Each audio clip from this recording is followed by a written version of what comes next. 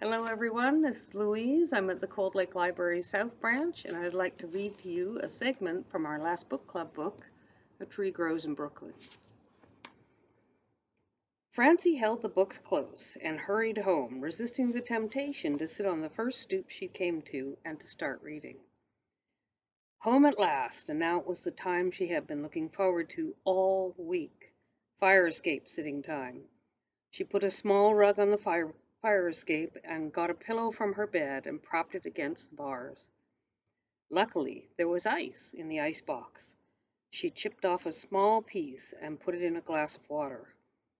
The pink and white peppermint wafers bought that morning were arranged in a little bowl, cracked but still of a pretty blue color. She arranged glass, bowl, and book on the windowsill and climbed out on the fire escape. Once out there, she was living in a tree. No one upstairs, downstairs, or across the way could see her. But she could look out through the leaves and see everything. It was a sunny afternoon. A lazy, warm wind carried a warm sea smell. The leaves of the tree made fugitive patterns on the white pillowcase.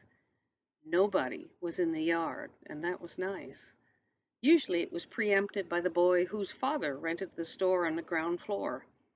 The boy played an interminable game of graveyard. He dug miniature graves, put live captured caterpillars into the little matchboxes, buried them with informal ceremony, and erected little pebble headstones over the tiny earth mounds. The whole game was accompanied by fake sobbings and heavings of chest, but today the dismal boy was away visiting an aunt in Bensonhurst. To know that he was away was almost as good as getting a birthday present. Francie breathed the warm air, watched the dancing leaf shadows, ate the candy, and took sips of cooled water in between reading the book. If I were king, love, ah, if I were king. The story of Francois Villon was more wonderful each time she read it. Sometimes she worried for fear the book would be lost in the library and she'd never be able to read it again. She had once started copying the book in a 2-cent notebook. She wanted to own a book so badly, and she had thought the copying would do it. But the penciled sheets did not seem like or smell like the library books, so she had given up, consoling herself with the vow that when she grew up she would work hard, save money, and buy every single book she had liked.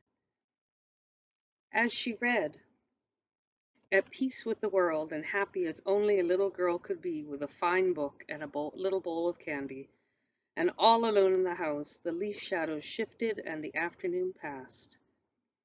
About 4 o'clock, the flats in the tenements across Francie's yard came to life. Through the leaves, she looked into the open, uncurtained windows and saw growlers being rushed out and returned overflowing with cool, foaming beer. Kids ran in and out, going to and returning from the butchers, the grocers, and the bakers.